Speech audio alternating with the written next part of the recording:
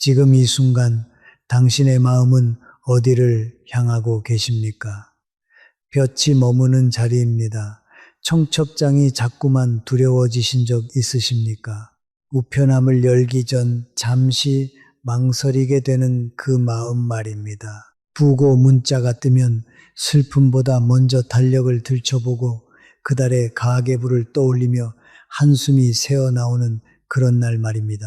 그러면서도 안 가면 안 되지 한마디에 또 옷장 문을 여시는 분 분명 계실 겁니다. 식장으로 향하는 버스 안에서 무릎을 두 손으로 감싸며 창밖을 한참 바라보신 적 있으십니까?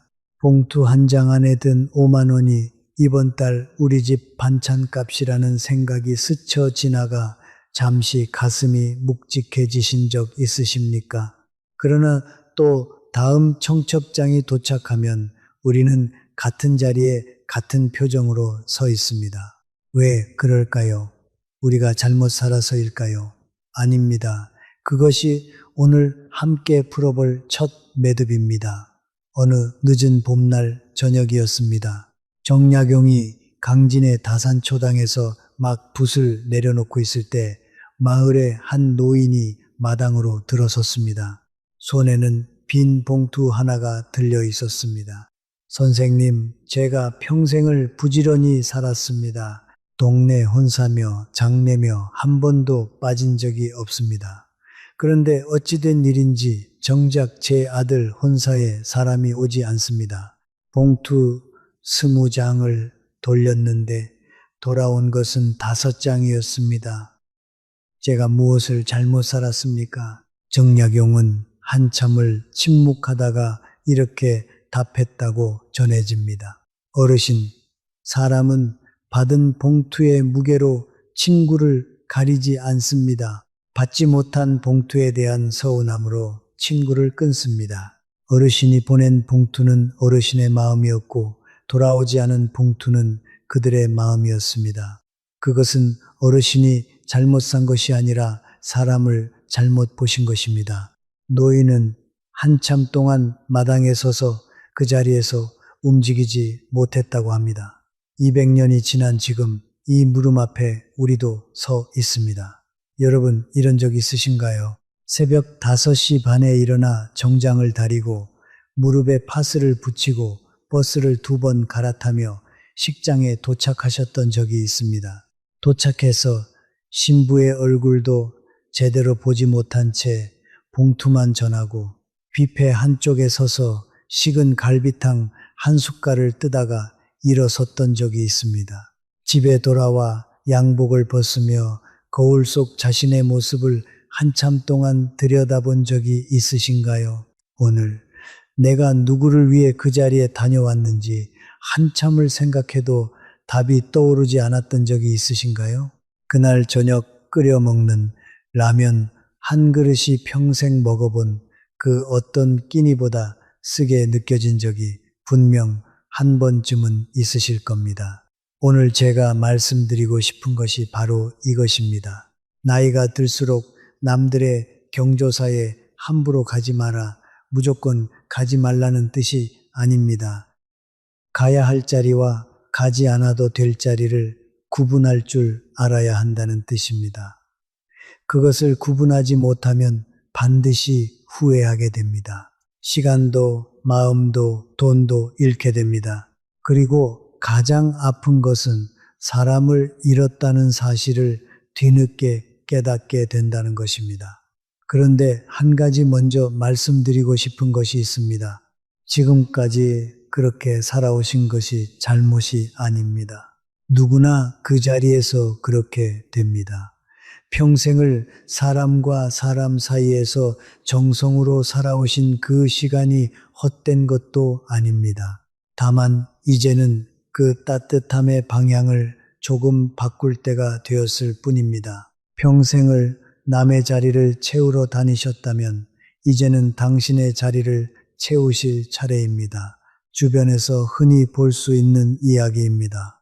평생을 부지런히 다닌 분일수록 노년에 더 깊은 허물을 겪습니다. 왜 그럴까요? 호의가 의무가 되는 순간 관계는 이미 무너지기 시작했기 때문입니다. 그리고 그 의무를 깨닫지 못한 채 평생을 끌려다니면 어느 날 거울 앞에 선 자신이 너무 낯설어집니다.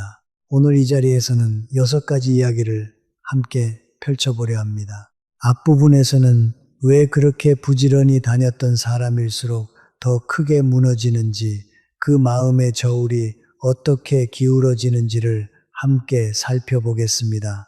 중반에서는 받은 만큼 갚아야 한다는 생각이 어떻게 우리를 얽매는지, 그리고 진짜 인연은 어디에서 드러나는지를 살펴보겠습니다. 그 다음으로는 봉투의 무게가 아니라 마음의 무게를 어떻게 전해야 하는지를 이야기하겠습니다. 마지막 부분에서는 안 가도 되는 자리를 안 가는 것이 왜 비겁이 아니라 품격인지를 말씀드리겠습니다. 그리고 더 나아가 우리가 평생 배웠던 거절이라는 감정을 어떻게 재해석해야 하는지, 그리고 남은 시간을 누구와 함께 보낼 것인가에 대해 깊이 있게 생각해 보겠습니다.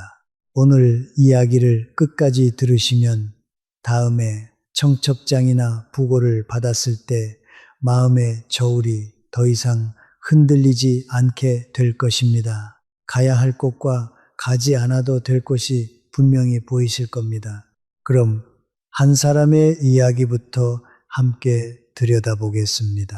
올해 68인 한정희 씨는 서울 외곽의 한 아파트 단지에서 30년 넘게 살아왔습니다. 이 단지에서 한정희 씨를 모르면 동네 사람이 아니라는 말이 나올 만큼 얼굴이 널리 알려져 있습니다. 경비실에서도 미용실에서도 슈퍼마켓에서도 한 여사님하고 부르는 사람이 항상 있습니다. 한정희 씨는 그 호칭이 마음에 들었습니다. 동네에서 인정받는 사람이라는 자부심이 은퇴한 남편 옆에서 살아가는 자신을 지탱해주는 기둥 같았습니다. 그런데 그 넓은 인맥이 고스란히 경조사 부담으로 돌아옵니다. 지난달에는 같은 동주민의 손주 돌잔치, 윗집 시어머니의 장례식, 건너편 동부녀회장 아들의 결혼식까지 3건이 겹쳤습니다. 부조금으로 45만 원이 지출되었습니다. 한정희 씨의 한 달 용돈은 50만 원입니다. 그 달에는 점심을 라면으로 해결하며 버텼습니다. 남편에게 손을 벌리기도 자식에게 말하기도 부끄러웠습니다. 가계부 한 귀퉁이에 적힌 부조금 내역을 손가락으로 짚어가며 한정희 씨는 한참을 멍하니 앉아 있었습니다. 돌잔치에 가서는 구석자리에 앉아 밥 한 숟갈 뜨고 봉투만 전하고 나왔습니다. 결혼식장에서 아는 사람을 찾지 못해 혼자 뷔페 한쪽에 서 있다가 신랑 얼굴도 못 보고 돌아왔습니다. 장례식장에서 무릎이 아파 절도 제대로 못하고 머쓱하게 서 있기만 했습니다. 상주가 한정희 씨를 알아보고 가볍게 고개를 끄덕였지만 한정희 씨가 누군지 정확히 기억하는 눈빛은 아니었습니다. 집에 돌아와 양말을 벗으니 발목까지 퉁퉁 부어 있었습니다. 하스를 3장 붙이고 누우니 천장이 빙빙 돌았습니다. 그날 밤 한정희 씨는 잠자리에서 혼자 중얼거렸습니다. 대체 누구를 위해서 이러고 있는 건지 내가 안 갔으면 누가 알기나 했을까? 내가 그 자리에 있었다는 것을 정작 그 자리의 주인공은 알기나 했을까? 그런데 다음 주에도 청첩장이 하나 더 도착했습니다. 이번에는 반상회에서 2번 인사한 적 있는 분의 딸 결혼식이었습니다. 안 가자니 같은 단지에서 마주칠 때 눈치가 보이고 가자니 이번 달도 생활비를 쪼개야 합니다. 한정희 씨의 가슴이 또 답답해졌습니다. 청첩장을 만지작거리며 거실을 한참 서성였습니다. 여러분, 이 마음이 어떤 마음인지 아십니까? 가도 후에 안 가도 후에 그 사이에 끼어 옴짝달싹 못하는 그 답답함을 한정희 씨는 매달 겪고 있었습니다. 그리고 이 답답함은 한정희 씨 한 사람의 이야기가 아닙니다. 우리 시대의 시니어들이 매달 한 번씩 청첩장과 부고 앞에서 겪는 풍경입니다. 한정희 씨가 가장 견디기 힘든 것은 따로 있었습니다. 식장에 다녀온 다음 날 아침, 거울 앞에서 자신의 얼굴을 마주하는 순간입니다. 어제 그 자리에 다녀온 자신이 자랑스럽지 않습니다. 오히려 뭔가에 끌려갔다 온 것 같은 허탈함이 가슴 한쪽에 남아 있습니다. 그 허탈함의 정체가 무엇인지 한정희 씨는 한참을 생각했지만 답을 찾지 못했습니다. 그저 매번 같은 자리에 같은 표정으로 돌아오는 자신만이 거울 안에 있을 뿐이었습니다. 왜 이런 일이 생길까요? 심리학에서는 이러한 상태를 의무감 피로라고 부릅니다. 미국의 사회심리학자 로버트 치알디니는 그의 저서 영향력에서 인간이 받은 것을 되갚아야 한다는 호혜성의 법칙이 본능적으로 작용한다고 말했습니다. 한번 누군가의 경조사에 참석하면 그 사람도 내 경조사에 와야 한다는 무언의 채무가 생깁니다. 이 채무가 쌓이고 쌓여 어느 순간부터는 관계가 아니라 장부가 되어버립니다. 받지 못한 부분이 생기면 서운함이 생기고 갚지 못한 부분이 생기면 죄책감이 생깁니다. 그 사이에서 우리 마음은 매일 흔들립니다. 더 심각한 것은 이 의무감이 반복되면 뇌가 경조사 소식 자체를 위협 신호로 인식하기 시작한다는 점입니다. 축하해야 할 결혼 소식에 가슴이 답답해지고 부고를 들으면 슬픔보다 먼저 부조금, 걱정이 떠오릅니다. 감정이 돈 계산에 자리를 내주는 순간 관계의 본질은 이미 무너진 것입니다. 한정희 씨가 청첩장을 손에 들고 한숨을 쉬는 그 순간 그것은 단순한 부담이 아니라 본능적인 위협 반응입니다. 미국의 심리학자 베리 슈워츠는 선택의 역설이라는 책에서 의무적인 행동이 반복되면 그 행동에서 얻는 만족감은 사라지고 스트레스만 남는다고 경고했습니다. 한정희 씨가 경조사에 다녀올 때마다 기쁨이 아니라 허탈감을 느끼는 이유가 바로 이것입니다.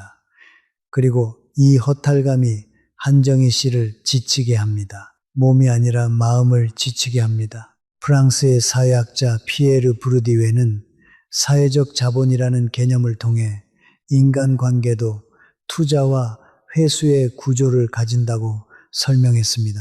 관계를 유지하려면 시간과 비용이 들고 그 대가로 신뢰와 소속감을 얻는다는 것입니다. 그런데 문제는 시니어가 되면 수입은 줄어드는데 경조사는 줄지 않는다는 점입니다. 현직에 있을 때는 월급에서 빠져나가니 체감이 덜했지만 은퇴 후에는 고정 수입이 사라진 자리에서 매달 수십만 원이 빠져나갑니다. 갚을 능력이 사라지면 관계는 부담이 되고 부담이 쌓이면 사람 자체를 피하게 됩니다. 경조사가 관계를 지켜주는 것이 아니라 오히려 관계에서 도망치게 만드는 역설이 시작되는 것입니다. 동양에서는 이를 허례라는 말로 일찍이 경계했습니다.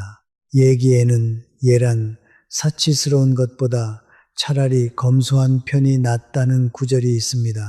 형식만 남고 마음이 빠진 의례는 이미 예가 아니라는 뜻입니다. 공자 역시 마음이 없는 예를 행하면서 어찌 사람이라 하겠느냐고 꾸짖었습니다. 경조사의 본래 정신은 기쁨과 슬픔을 함께 나누는 것이지 봉투의 액수로 성의를 증명하는 것이 아닙니다. 마음이 담기지 않은 봉투는 봉투가 아닙니다. 그저 종이에 불과합니다. 정약용은 아들에게 보낸 편지에서 이렇게 말했습니다. 재물로 맺은 정은 재물이 다하면 흩어지고 마음으로 맺은 정은 세월이 지나도 남는다. 그러니 벗을 알고 싶거든 지갑이 아니라 마음을 보아라. 봉투 한 장이 아니라 진심 한마디가 관계를 지탱한다는 가르침입니다. 돈이 오가야만 유지되는 관계라면 돈이 떨어졌을 때 그 관계도 함께 사라질 것이라는 냉정한 진실을 정약용은 200년 전에 이미 꿰뚫어 본 것입니다. 정약용 자신도 유배 시절 화려할 때 주변에 가득했던 사람들이 모두 사라지는 경험을 했습니다. 그 경험 위에서 이 한 줄이 나왔습니다. 여러분, 한정희 씨가 잃은 것은 45만 원이 아닙니다. 자기 자신을 위한 시간, 자기 몸을 돌볼 기회, 그리고 가장 가까운 가족과의 저녁 한 끼였습니다. 호의가 의무가 되는 순간 우리는 그 모든 것을 잃습니다. 그리고 가장 비싸게 잃는 것은 자기 자신에 대한 존중입니다. 가고 싶지 않은 자리에 끌려가는 자신을 우리는 어느 순간 가볍게 여기게 됩니다. 남이 나를 가볍게 여기는 것보다 더 무서운 것은 내가 나를 가볍게 여기는 것입니다. 이것이 우리 마음의 첫 번째 문제입니다. 호의가 의무가 되는 순간 관계는 무너지기 시작합니다. 이것이 볕이 머무는 자리가 말씀드리는 첫 번째 원칙입니다. 같은 청첩장이라도 누가 들고 있느냐에 따라 완전히 다른 길이 열립니다. 여기 같은 동네에 사는 두 사람, 김영호 씨와 최성진 씨의 이야기를 들어보십시오. 올해 72인 김영호 씨는 동네 노인회 부회장입니다. 매월 단톡방에 청첩장과 부고가 줄줄이 올라옵니다. 김영호 씨는 한 번도 빠진 적이 없었습니다. 무릎이 시큰거려도 그날 혈압이 높아도 양복을 다리고 봉투를 챙겼습니다. 안 가면 사람들이 뭐라 할까봐 그 한마디가 두려웠던 것입니다. 평생을 그렇게 살아왔습니다. 직장에서도 빠지지 않았고 친목 모임에서도 빠지지 않았습니다. 그 성실함이 김영호 씨를 여기까지 데려온 자산이라고 믿었습니다. 그런데 작년 가을 김영호 씨가 폐렴으로 2주에 입원했을 때입니다. 단톡방에 사정 이야기가 올라갔지만 병원에 찾아온 사람은 가까운 친척 2명뿐이었습니다. 김영호 씨가 그동안 다녀온 경조사가 1년에 20건이 넘는데 정작 자신이 누워있는 자리에는 아무도 오지 않았습니다. 병실 천장을 바라보며 김영호 씨는 묻고 또 물었습니다. 내가 다녀온 그 자리들이 도대체 무엇이었을까? 봉투 20장은 아무것도 아니었구나. 그동안 내가 다녀온 곳은 그들의 자리였고 그들과 나의 관계가 있는 자리는 아니었구나. 링거 줄을 매단 손으로 휴대전화를 들고 단톡방을 들여다 보았습니다. 평소에는 그렇게 활발하던 단톡방이 자신의 입원 소식 이후로는 며칠 동안 조용했습니다.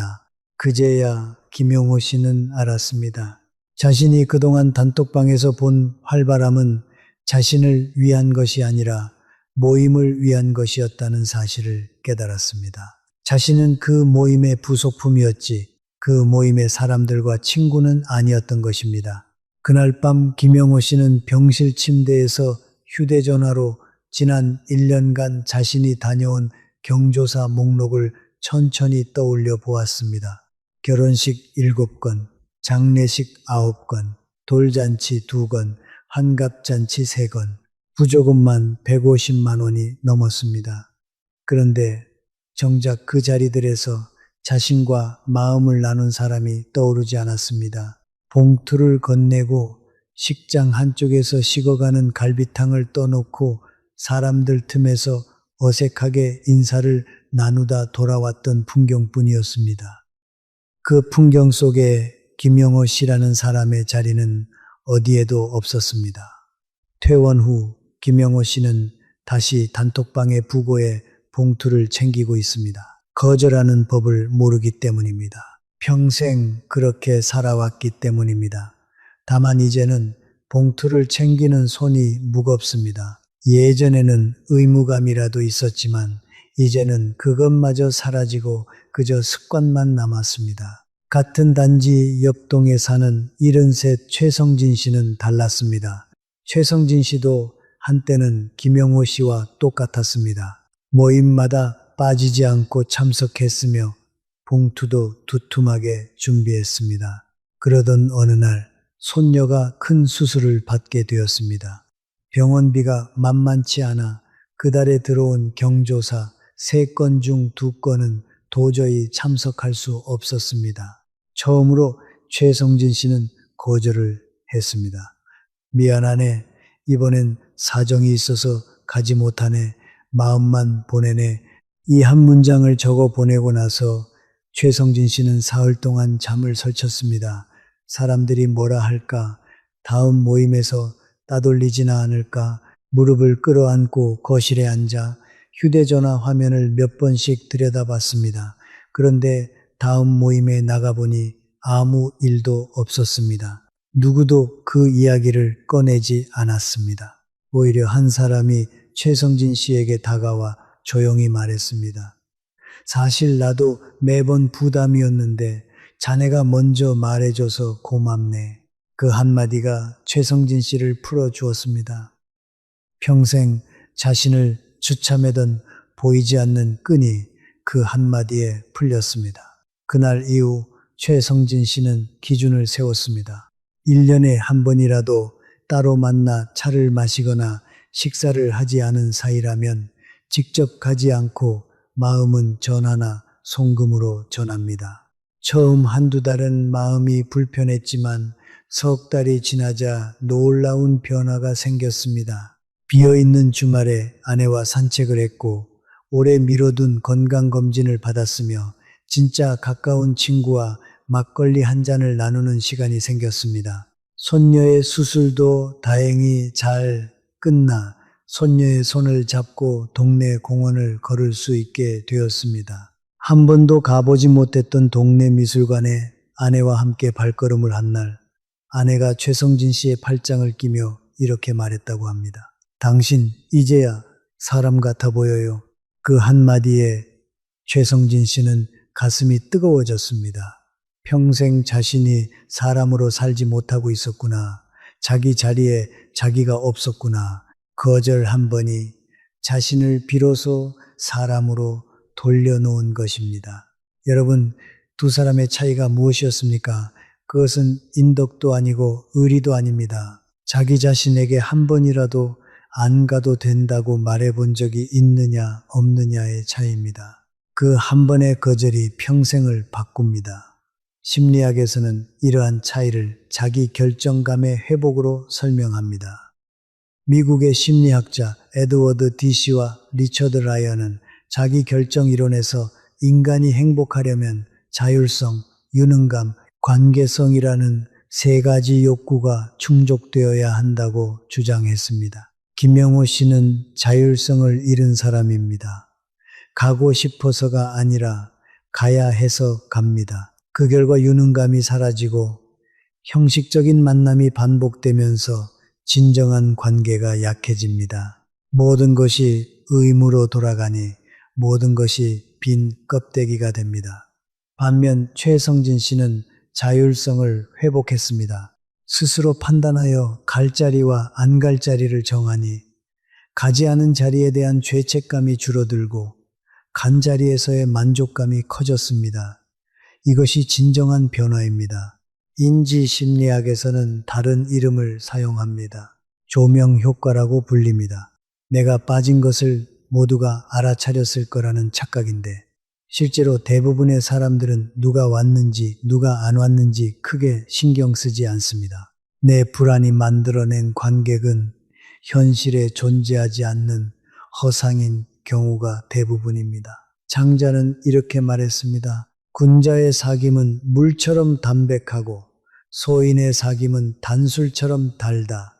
물처럼 담백한 관계는 봉투 없이도 유지되지만 단술처럼 달콤한 관계는 이해관계가 사라지면 함께 사라집니다.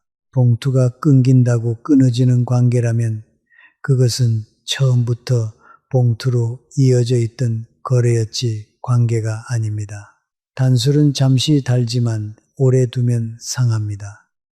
물은 맛이 없는 것 같지만 매일 마셔도 질리지 않습니다. 인생의 후반전을 함께할 사람은 물 같은 사람입니다. 발걸음의 수가 아니라 발걸음의 무게가 관계를 결정합니다. 이것이 볕이 머무는 자리가 말씀드리는 두 번째 원칙입니다. 여기서 한 가지 짚고 넘어갈 것이 있습니다. 우리는 왜 경조사에서 이렇게 자유롭지 못한가? 왜 가지 않으면 큰 일이 날 것처럼 느껴지는지 그 마음의 뿌리를 잠시 들여다봐야 합니다. 뿌리를 모르고 잎만 자르면 다음 해에도 같은 자리에서 같은 잎이 돋아나기 때문입니다. 겉으로는 의리라고 부릅니다. 인정이라고 부릅니다. 도리라고 부릅니다. 그러나 그 말의 이면을 한꺼풀만 벗겨보면 그 안에는 두려움이 있습니다. 사람들이 나를 어떻게 생각할까? 나만 제외된 사람이 되면 어쩌나? 다음에 내 차례가 왔을 때 나도 똑같이 외면당하면 어쩌나? 이 두려움이 우리의 발걸음을 멈추게 합니다. 의리라는 말 뒤에는 두려움이 있고 인정이라는 말 뒤에는 외로움이 있습니다. 캐나다의 사회심리학자 어빙 고프먼은 이를 인상관리라는 이름으로 설명했습니다. 사람은 사회라는 무대 위에서 끊임없이 자신의 이미지를 연기하는 존재입니다. 성실하고 의리 있는 사람이라는 역할을 한번 맡으면 그 역할에서 내려오는 것이 무대 위에서 망신을 당하는 것처럼 두렵게 느껴집니다. 그래서 무릎이 아파도 지갑이 비어도 양복을 다리고 봉투를 챙깁니다. 무대 위에서 내려오는 것보다 그 자리에서 연기를 계속하는 것이 더 쉽다고 느끼는 것입니다. 특히 한국 사회는 이 무대의 압력이 더 강합니다. 네덜란드의 사회심리학자 헤르트 호프스테더는 문화 차원 이론에서 집단주의 문화일수록 개인의 행동이 집단의 평판과 밀접하게 연결된다고 분석했습니다. 우리 시니어 세대는 평생을 조직 안에서 살아왔습니다. 직장에서도 동네에서도 가문에서도 늘 누군가의 시선 속에서 자신을 다듬으며 살아왔습니다.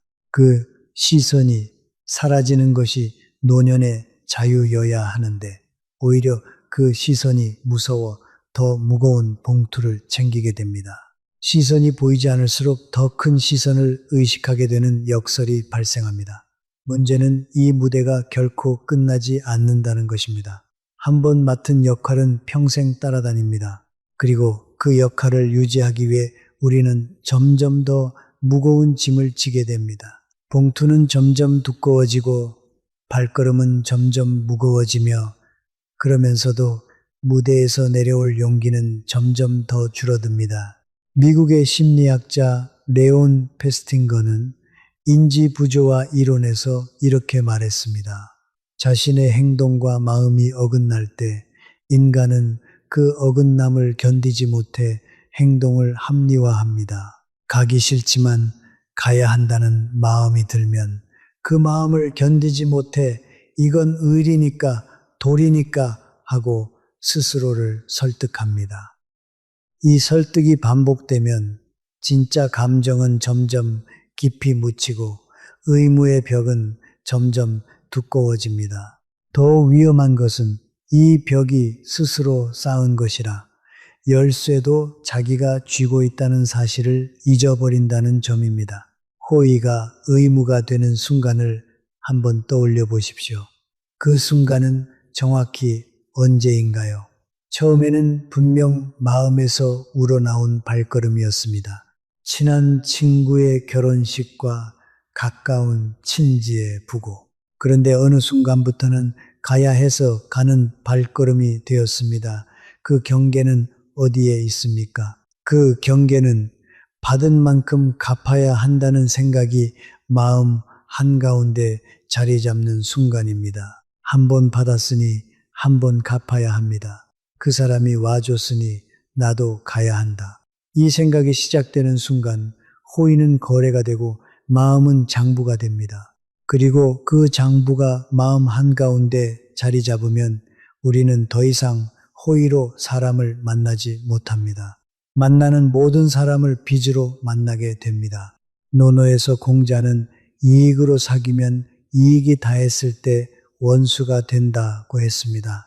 받은 것을 갚아야 한다는 압박이 관계의 기준이 되는 순간 그 관계는 이익으로 묶인 사이가 되어버립니다. 그리고 이익이 어긋나는 순간 그 관계는 원망의 자리로 바뀝니다. 처음에는 호의였지만 끝에는 원망이 됩니다. 정약용은 이렇게 말했습니다. 사람의 마음은 저울이 아니어서 내가 한 근을 주었다고 상대에게서 한 근을 돌려받을 수 없다. 그러므로 현명한 사람은 주되 돌려받기를 바라지 않는다. 관계에서 손익을 계산하는 순간 마음에는 장부가 생기고 장부가 맞지 않으면 원망이 싹 튼다는 것입니다. 정약용이 이 말을 한 것은 유배 시절 자신이 베풀었던 수많은 은혜가 돌아오지 않는 현실을 뼈저리게 겪은 뒤였습니다. 주는 것 자체가 목적이어야 하며 돌려받는 것이 목적이 되면 모든 관계는 고통이 된다는 깨달음에 이른 것입니다.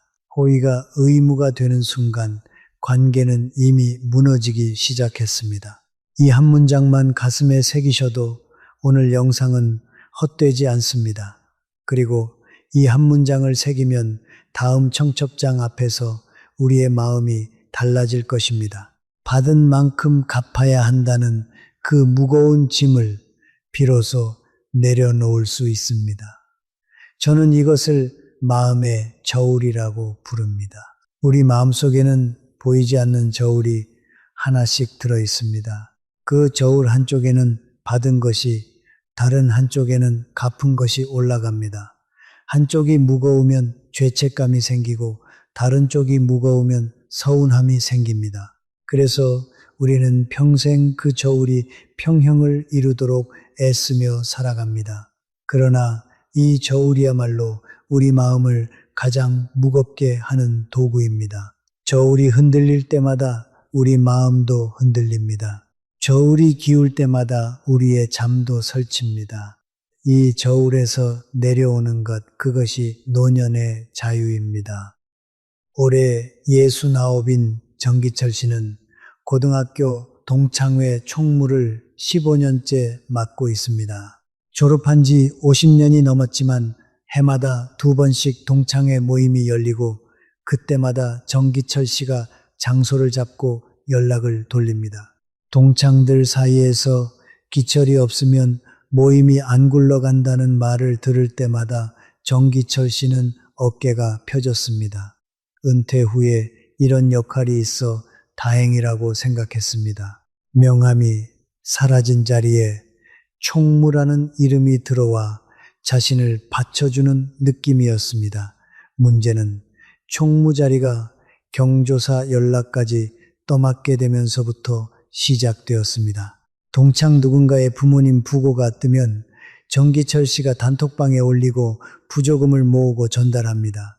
자녀 결혼식도 손주 돌잔치도 마찬가지입니다. 처음에는 보람도 있었습니다. 50년 전 같은 교실에서 공부했던 친구들을 이렇게라도 챙겨줄 수 있다는 것이 정기철 씨에게는 한 줄기 자긍심이었습니다. 그런데 해가 갈수록 경조사 횟수가 눈에 띄게 늘어났습니다. 동창들의 나이가 60을 넘기면서 부모님의 상이 잦아졌고 자녀들의 결혼도 줄줄이 이어졌습니다. 지난 1년간 정기철 씨가 총무로서 전달한 경조사만 22건이었습니다. 한 달에 2건 정도 됩니다. 정기철 씨 본인도 그 22건에 모두 기부금을 냈습니다. 한 건에 5만 원씩만 잡아도 1년에 110만 원입니다. 가까운 사이에서는 10만 원을 내야 했으니 실제로는 그보다 훨씬 많았습니다. 아내가 한번 통장을 보더니 얼굴이 굳었습니다. 여보, 이게 다 어디로 나간 거예요? 정기철 씨가 동창회 경조사비라고 대답하자 아내는 짧게 한마디만 했습니다. 그 사람들이 당신에게 뭘 해줬는데, 그 한마디가 가슴에 박혔습니다. 정기철 씨는 그날 밤 거실에 앉아 동창회 명부를 꺼냈습니다. 150명 가까이 되는 명단을 천천히 손가락으로 짚어가며 읽었습니다. 한 사람씩 이름을 언급할 때마다 그 사람의 얼굴이 떠오르는지를 조용히 생각해 보았습니다. 절반 가까이는 얼굴이 흐릿하게 기억났습니다. 그중 또 절반은 졸업 이후 한 번도 따로 만난 적이 없었습니다. 명부 속 이름 중에 어떤 이는 학교 때 같은 반이었다는 기억만 있었고, 어떤 이는 졸업 후 한두 번 동창회에서 마주친 적이 있지만 따로 차 한 잔 마신 적은 없었습니다. 그런 사람들의 결혼식과 장례식에 정기철 씨는 평생 봉투를 보내고 있었던 것입니다. 명부의 한 페이지를 넘기면서 정기철 씨는 한참을 한숨만 쉬었습니다. 22건의 경조사 중에서 정기철 씨가 진심으로 기쁘거나 슬펐던 건 서너 건에 불과했습니다. 나머지는 학교 다닐 때 같은 반이었다는 것 외에는 아무런 접점이 없는 사이였습니다. 졸업 후 50년 동안 연락 한 번 없다가 동창회에서 얼굴이나 마주치는 사람에게 왜 봉투를 보내야 하는지 정기철 씨도 설명할 수 없었습니다. 그저 총무니까 동창회니까 안 내면 내가 모은 돈에서 빠진 것처럼 보이니까 그 모호한 이유들이 매번 지갑을 열게 만들었던 것입니다. 부조금이 빠지면 우정도 빠지는 것처럼 느껴졌기 때문입니다. 그리고 그 우정이라는 단어가 사실은 우정이 아니라 의무라는 사실을 정기철 씨는 그날 밤 명부를 덮으며 처음으로 인정했습니다. 여러분, 이 마음을 알아채실 겁니다. 받은 만큼 갚아야 한다는 생각, 그 생각이 우리를 차차 맵니다. 그런데 그 생각의 정체가 무엇입니까? 우정입니까? 빚입니까? 자세히 들여다보면 그것은 빚입니다. 그것도 누가 갚으라고 한 적 없는 스스로 만든 빚입니다. 심리학에서는 이를 거래적 관계 착각이라고 부릅니다. 미국의 사회심리학자 앨런 피스크는 인간관계를 네 가지 유형으로 나누었는데 그중 하나가 시장 가격 모형입니다. 관계를 주고받는 것의 균형으로 판단하는 방식입니다. 내가 10만 원을 냈으니 상대도 10만 원을 내야 한다는 계산이 자동으로 작동합니다.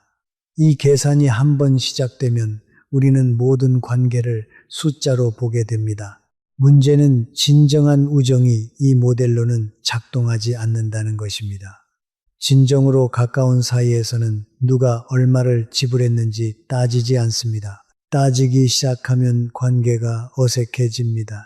부조금의 액수로 우정을 측정하기 시작하는 순간 그 관계는 이미 우정이 아니라 거래가 되어버린 것입니다.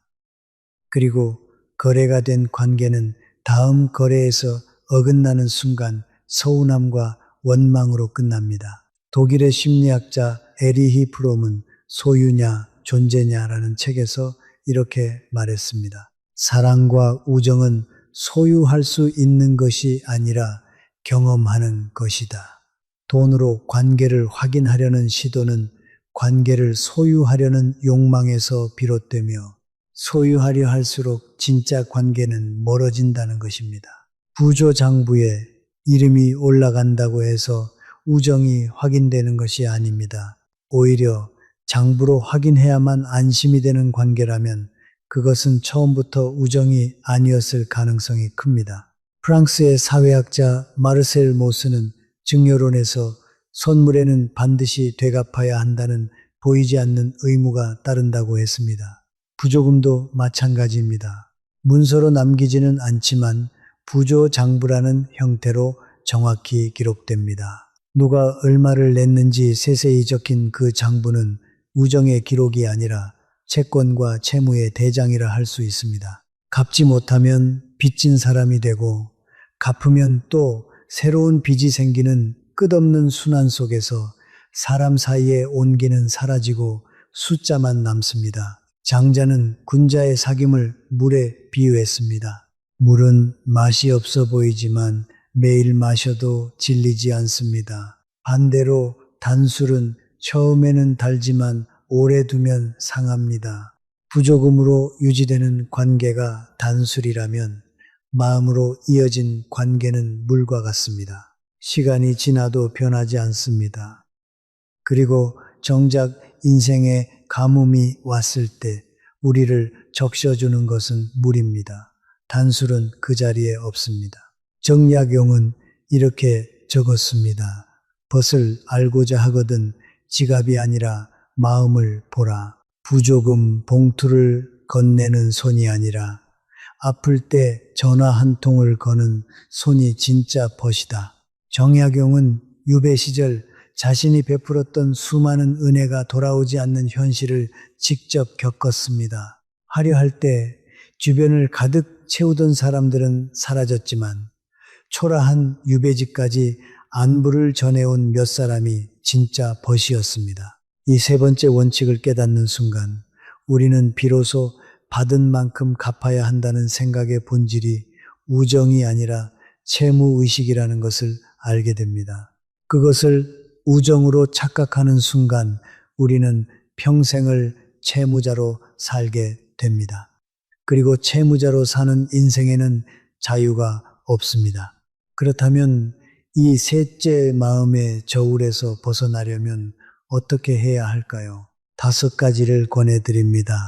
먼저 부조장부를 한번 펼쳐보십시오. 그 명단에서 지금 당장 전화할 수 있는 사람이 몇 명인지 세어보십시오. 그 숫자가 진짜 내 관계의 크기입니다. 다음으로 앞으로 누군가의 경조사에 봉투를 낼 때 이 사람에게 돈이 아니라 시간을 쓸 수 있는가를 먼저 물어보십시오. 함께 밥을 먹고 싶은 마음이 드는 사람인지 의무감으로 봉투만 건네는 사이인지를 구분하십시오. 시간을 쓸 마음이 없는 사람에게는 돈도 쓰지 않아도 됩니다.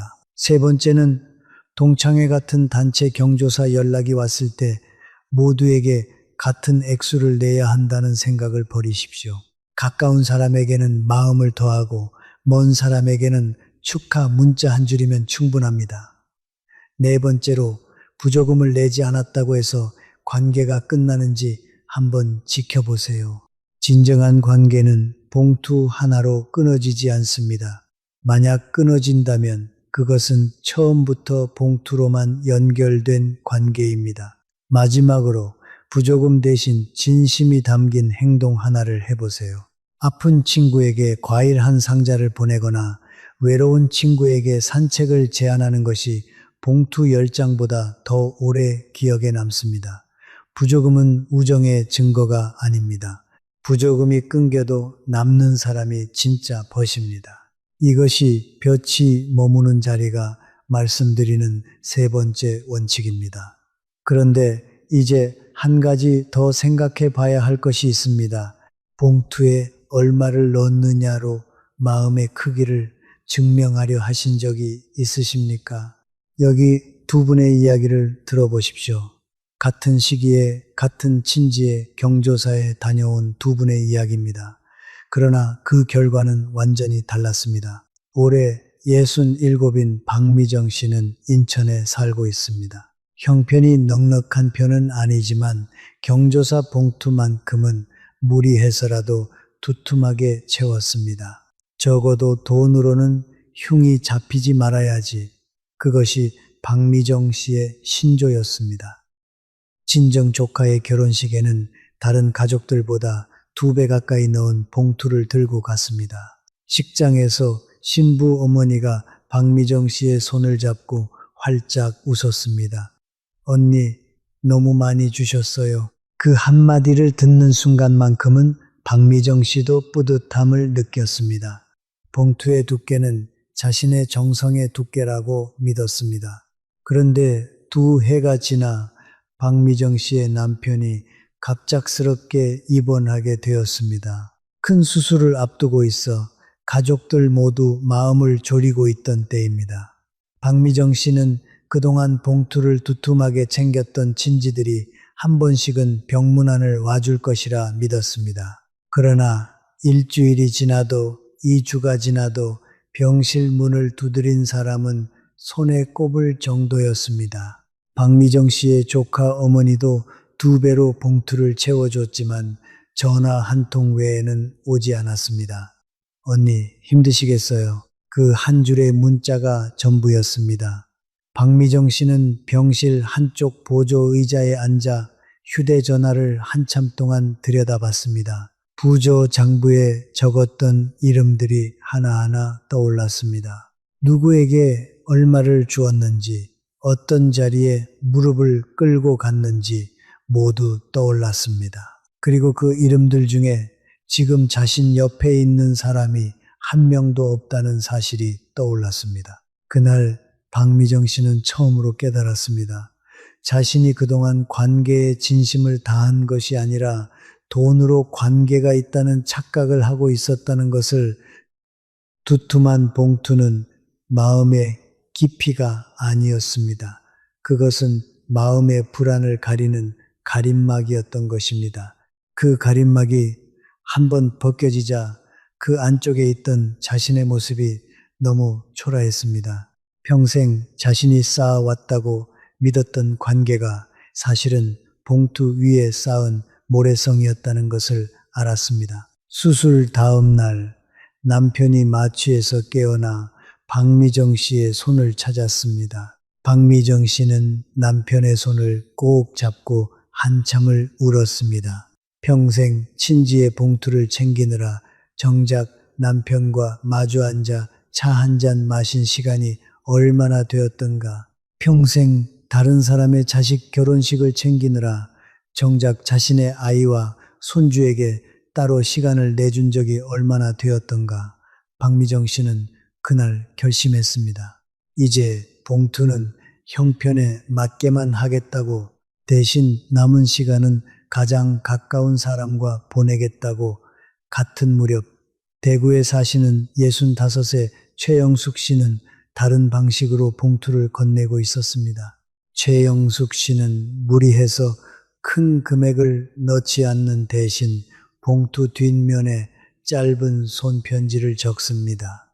친한 후배의 딸 결혼식에 갈 때도 평범한 금액을 넣은 봉투에 이렇게 적었습니다. 딸 결혼시킨다고 그동안 얼마나 마음 졸이셨을지 그 정성 다 알고 있습니다. 오늘은 마음을 편하게 하고 웃으시기 바랍니다. 10,000원짜리 몇 장보다 그 정갈한 글씨에 담긴 온기가 받는 사람의 마음을 더 깊이 어루만졌습니다. 결혼식이 끝난 며칠 뒤 후배에게서 전화가 왔습니다. 언니, 봉투 뒤에 적어주신 그 글 보고 한참을 울었어요. 그날 받은 봉투 중에 그 봉투만 따로 빼서 책상 위에 두고 있어요. 후배는 봉투의 액수를 기억하지 못했습니다. 그러나 그 한 줄의 문장은 기억했습니다. 그 한 줄이 그날의 식장 전체보다 더 또렷이 남았습니다. 최영숙 씨가 봉투 뒷면에 글을 적기 시작한 것은 10년 전 친정 어머니 장례 때문이었습니다. 어머니 장례식에 들어온 수많은 봉투 중에 한 봉투 뒷면에 어머니 평생 고생 많이 하셨습니다. 이제 편히 가십시오. 한 줄이 적혀 있었습니다. 그 한 줄을 들고 최영숙 씨는 빈소에서 한참을 울었습니다. 그날 이후로 최영숙 씨도 봉투 뒷면에 글을 적기 시작한 것입니다.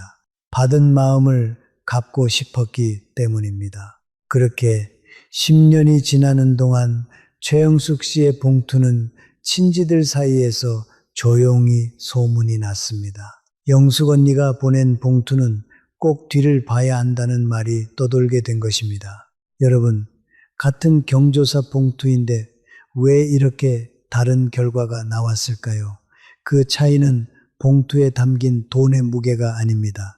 그 봉투에 마음이 담겨 있는지 아니면 마음의 빈자리를 돈으로 메우려 했는지의 차이입니다.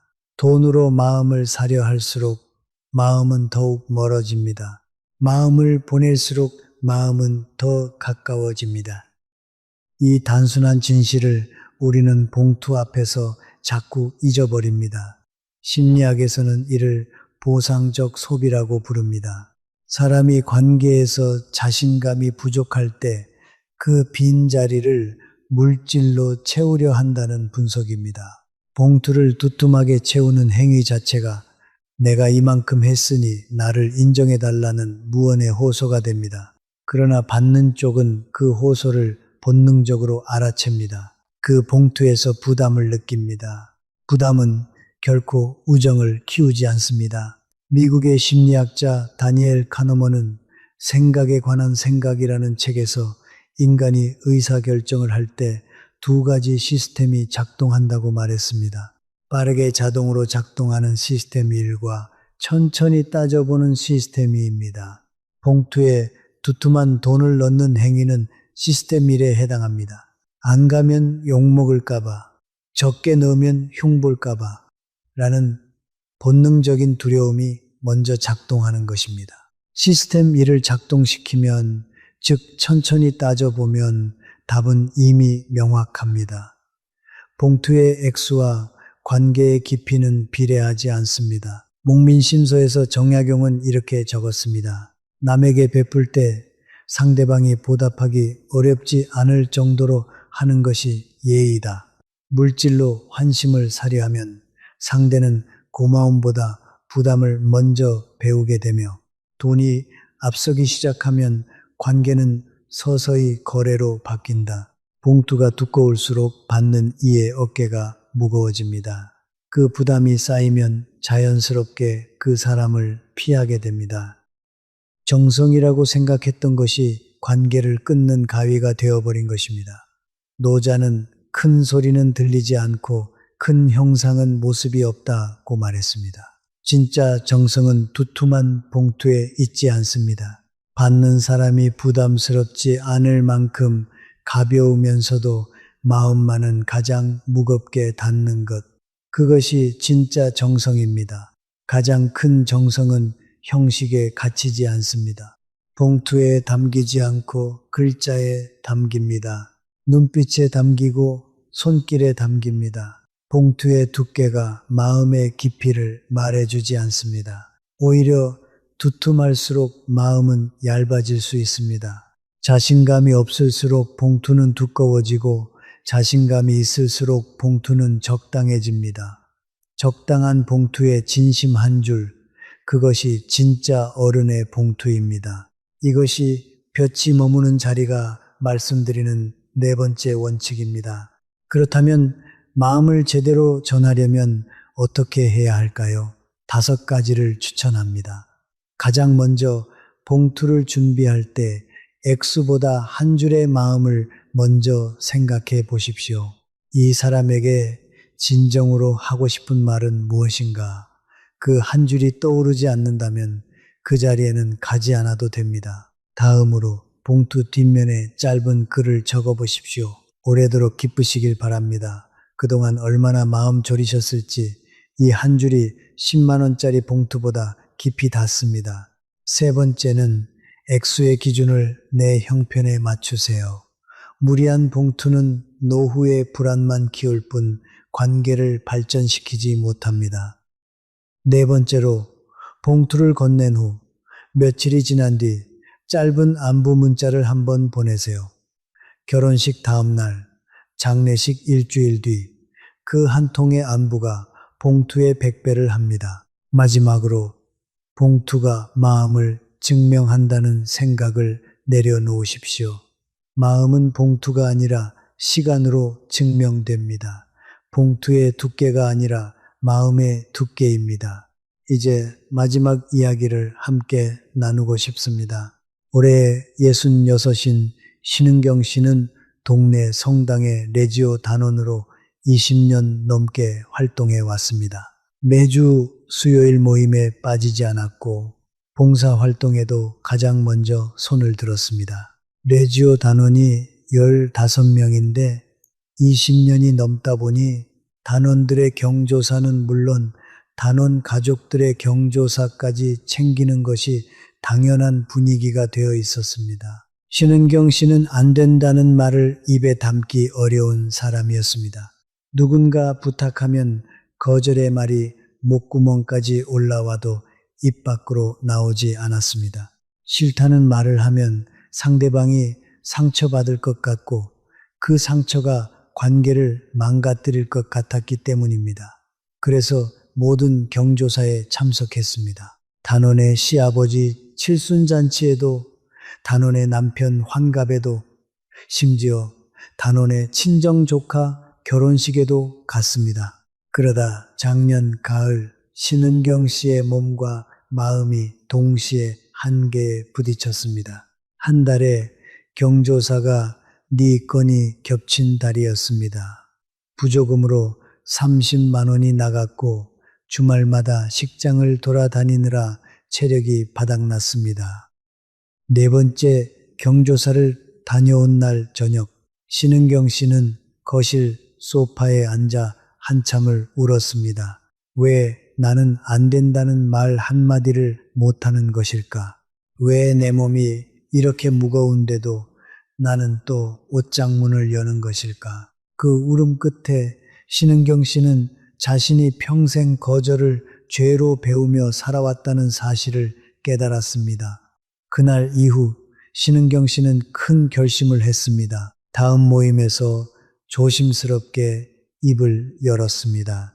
앞으로는 직접 친분이 있는 분의 경조사만 참석하려 합니다. 가족 경조사까지 모두 챙기기에는 체력적으로나 경제적으로 한계가 있어요. 말을 꺼내는 동안 심장이 터질 것 같았습니다. 단원들의 반응이 두려웠습니다. 정이 없다는 소리를 들을까봐, 신앙심이 부족하다는 평가를 받을까봐 얼굴이 달아올랐습니다. 손이 부들부들 떨렸습니다.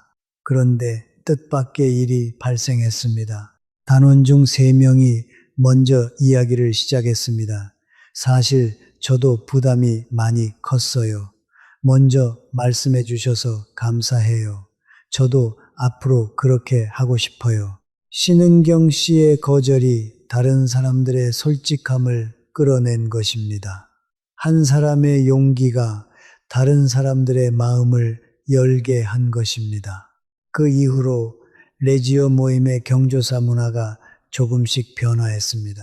직접 참석하는 대신 단체 축하 메시지를 보내거나 부조금을 모아 대표가 전달하는 방식으로 정리되었습니다.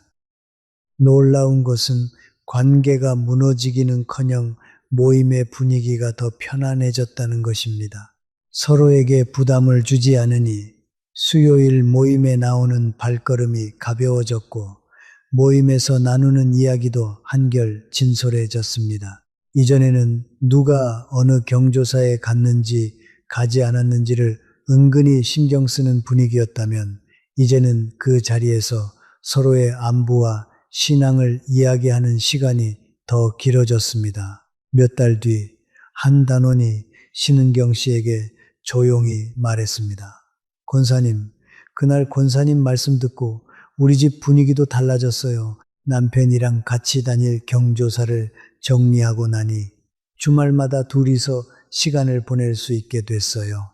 그 말을 들으며 신은경 씨는 다시 한번 깨달았습니다. 자신의 한 번의 거절이 자신만을 자유롭게 한 것이 아니라 다른 여러 사람의 가정을 자유롭게 했다는 것을, 한 사람의 용기가 모임 전체의 공기를 바꾸고 그 공기가 결국 각자의 집안에까지 닿았던 것입니다. 신은경 씨는 그제야 깨달았습니다. 진짜 관계는 거절 한 번으로 무너지지 않는다는 것을, 오히려 거절을 견디는 관계만이 진짜 관계라는 것을, 그리고 거절을 견디지 못하는 관계는 어차피 언젠가 무너질 관계였다는 것을. 여러분, 이 이야기가 어떻게 들리십니까? 거절이 비겁이 아니라 품격일 수 있다는 말이 낯설게 느껴지신다면 그것은 우리가 평생 거절을 죄로 배우며 살아왔기 때문입니다. 어릴 때부터 우리는 안 된다는 말을 하면 안 된다고 배웠습니다. 어른 말씀에 토를 달지 말고 윗사람의 부탁은 거절하면 안 된다. 그렇게 배우며 자란 우리는 이른이 되어서도 여전히 거절하기가 어렵습니다. 심리학에서는 거절을 잘 하지 못하는 심리를 거절 민감성이라고 부릅니다.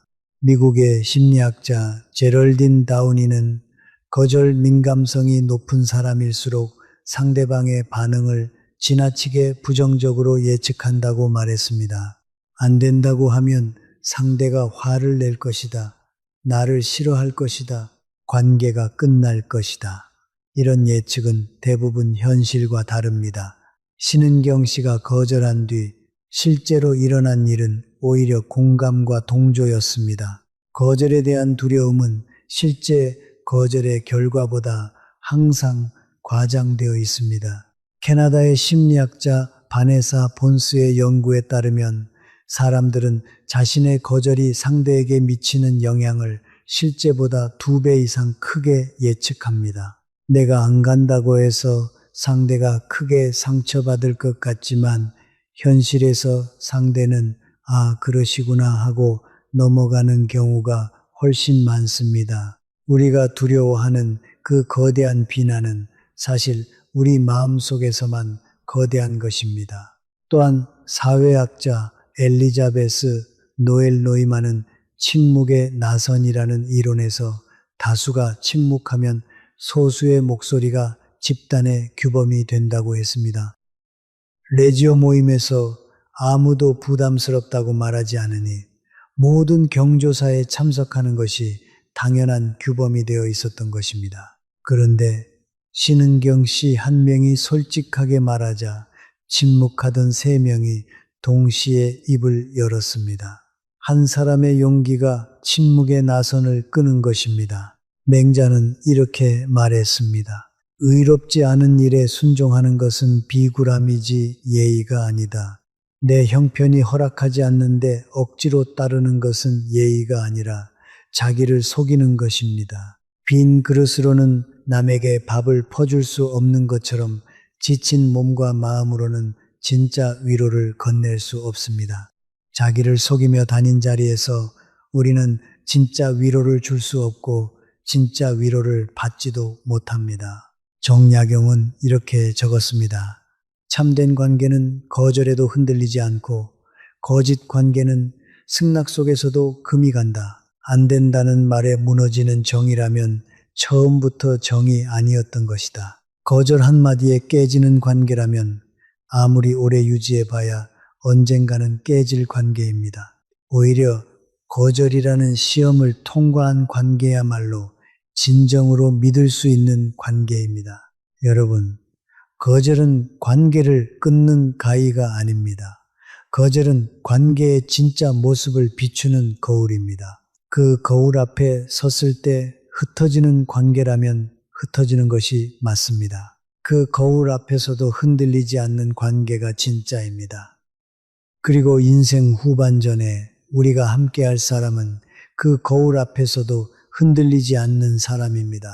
그렇다면 거절의 첫걸음을 떼려면 어떻게 해야 할까요? 5가지를 마음에 새기십시오. 먼저 거절할 때는 이유를 길게 설명하지 마십시오. 이번엔 어렵겠습니다. 마음은 함께합니다. 이 2문장이면 충분합니다. 이유를 길게 대면 오히려 변명처럼 들리고 상대에게 설득의 빌미를 줍니다. 다음으로 거절과 함께 대안을 제시하십시오. 직접 가지는 못하지만 전화로 축하 말씀 드리겠습니다. 부조는 따로 보내드리겠습니다. 거절의 대안이 제시되면 상대방의 서운함이 크게 줄어듭니다. 3번째로 거절한 후 상대방의 반응을 지켜보세요. 대부분은 별일 아닌 것처럼 넘어갑니다. 그 경험이 다음 거절에 대한 자신감을 줍니다. 4번째로 모임에서 경조사 부담이 크다고 먼저 이야기해 보십시오. 신은경 씨의 경험처럼 나 혼자만 부담을 느끼는 것이 아니라 모두가 비슷한 마음일 가능성이 큽니다. 한 사람의 용기가 모두를 편안하게 만듭니다. 마지막으로 거절은 상대를 밀어내는 것이 아니라 나를 지키는 일이라는 사실을 잊지 마십시오. 내가 먼저 단단해야 남의 기쁨과 슬픔에도 진심을 다할 수 있습니다. 거절도 품격입니다. 안 가는 것이 비겁이 아니라 가야 할 자리만 가는 것이 품격입니다. 이것이 볕이 머무는 자리가 말씀드리는 5번째 원칙입니다. 지금까지 5가지 이야기를 함께 펼쳤습니다. 한정희 씨의 답답함, 김영호 씨와 최성진 씨의 갈림길, 호의가 의무가 되는 마음의 뿌리, 정기철 씨의 채무의식, 박미정 씨와 최영숙 씨의 봉투, 그리고 신은경 씨의 첫 거절. 이 모든 이야기는 결국 한 곳을 향합니다. 남은 시간을, 마음을, 돈을 어디에 쓸 것인가? 올해 72인 황승호 씨는 은퇴 후 동네 문화센터 서예반에 다니고 있습니다. 매주 화요일과 목요일 오전 먹을 갈고 붓을 잡는 2시간이 황승호 씨에게는 하루 중 가장 고요하고 충만한 시간입니다. 한지에 먹이 번지는 것을 바라보고 있으면 마음도 함께 가라앉습니다. 황승호 씨가 처음 서예반에 들어왔을 때 그는 다른 모임에서 하던 대로 모든 경조사에 빠짐없이 참석하고 봉투도 넉넉하게 챙겼습니다. 그런데 서예반의 반장인 문정호 씨가 어느 날 조용히 그를 불러 말했습니다. 황 선생님, 우리 반에서는 경조사에 부조금을 강요하지 않습니다. 가고 싶은 사람만 가고 부조도 마음이 가는 만큼만 합니다. 대신 우리는 매달 한 번 다 같이 모여 식사를 합니다. 그 자리에서 서로의 안부를 묻고 최근 소식을 나눕니다. 그것이 우리 반의 규칙입니다. 황승호 씨는 어리둥절했습니다. 이런 모임이 있을 수 있나? 경조사를 챙기지 않으면 관계가 유지될 수 있을까? 반신반의하며 지켜보았습니다. 처음 몇 달은 어색했습니다.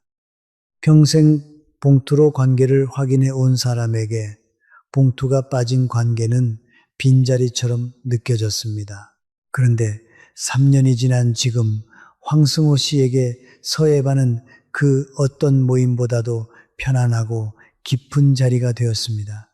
매달 한 번씩 모이는 식사 자리에서 회원들은 서로의 손주 이야기, 병원 이야기, 텃밭 이야기를 나누었습니다. 그 이야기가 쌓이고 쌓여 서로의 인생이 어느 정도인지 자연스럽게 알게 되었습니다. 봉투가 오가지 않아도 관계는 점점 깊어졌습니다.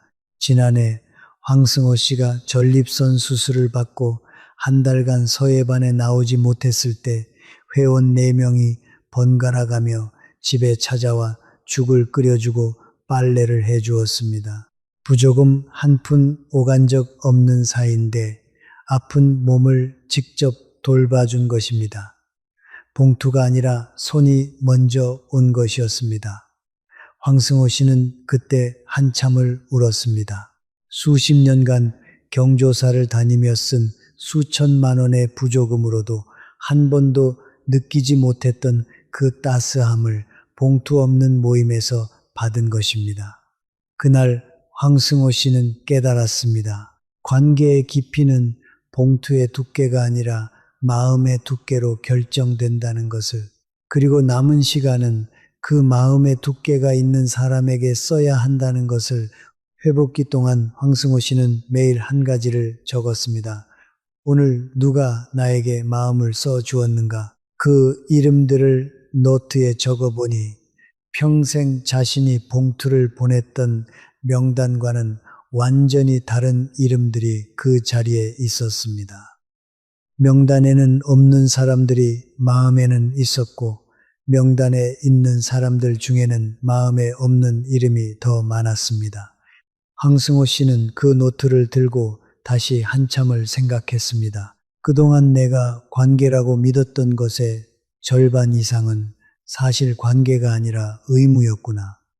그 깨달음은 늦었지만 아프지 않았습니다. 오히려 늦게라도 알아서 다행이라는 안도감이 더 컸습니다. 여러분, 오늘 이 영상을 끝까지 보신 여러분께 한 가지 말씀드리고 싶습니다. 평생 누군가의 자리를 채우러 다니셨던 그 시간들이 헛된 것은 아닙니다. 그 시간이 있었기에 오늘 이 이야기가 가슴에 닿는 것입니다.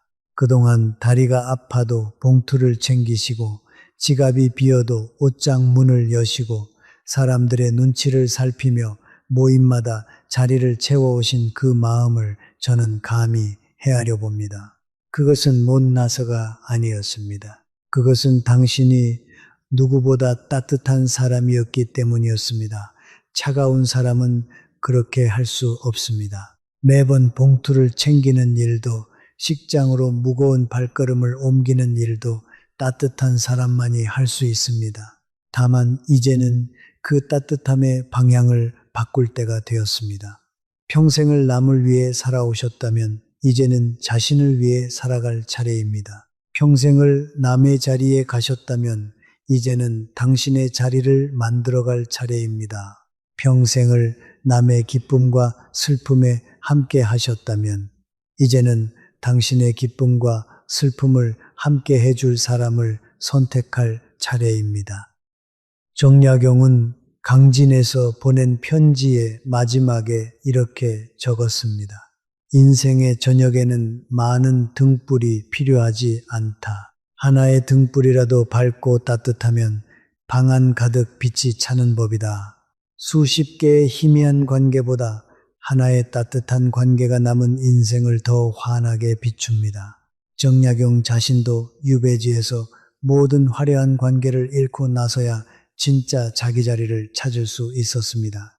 그가 우리에게 남긴 글이 빛나는 이유는 그 글이 많은 사람의 박수 속에서 쓰인 것이 아니라 깊은 고독 속에서 단단해진 글이기 때문입니다. 미국의 심리학자 로라 카스텐스는 사회 정서적 선택 이론에서 이렇게 말했습니다. 사람은 나이가 들수록 관계의 양보다 질을 선택하게 됩니다. 남은 시간이 유한하다는 것을 느끼기 시작하면 정서적으로 의미 있는 관계에 집중하게 됩니다. 이것은 체념이 아니라 성숙입니다. 카스텐슨의 연구에 따르면 이렇게 관계를 정리한 시니어일수록 우울감이 낮고 삶의 만족도가 높았습니다. 줄이는 것이 잃는 것이 아니라 오히려 얻는 것이라는 역설을 과학도 이미 확인하고 있는 셈입니다. 오늘 우리가 나눈 이야기를 한 번 더 되새겨 보겠습니다. 호의가 의무가 되는 순간 관계는 무너지기 시작합니다. 발걸음의 수가 아니라 발걸음의 무게가 관계를 결정합니다. 받은 만큼 갚아야 한다는 생각의 본질은 우정이 아니라 채무의식입니다. 봉투의 두께가 아니라 마음의 두께가 진정한 정성입니다. 그리고 거절도 품격입니다. 오늘 볕이 머무는 자리가 남기는 한 줄입니다. 안 가는 것이 비겁이 아닙니다.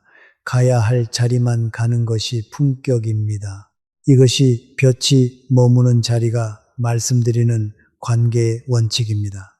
다음에 청첩장이나 부고가 도착했을 때 봉투를 꺼내기 전에 딱 30초만 멈춰 보십시오. 그리고 스스로에게 물어보세요. 이 사람과 나는 진심으로 가까운가? 그 답이 흔들린다면 가지 않아도 됩니다. 대신 진심을 담은 전화 한 통, 짧은 문자 한 줄, 며칠 뒤에 안부 한마디, 그 세 가지 중 하나만 진심으로 전해도 당신은 식장을 다녀간 10명보다 더 오래 기억에 남는 사람이 됩니다. 호의는 선택이지 의무가 아닙니다. 발걸음의 수가 아니라 발걸음의 무게가 관계를 결정합니다.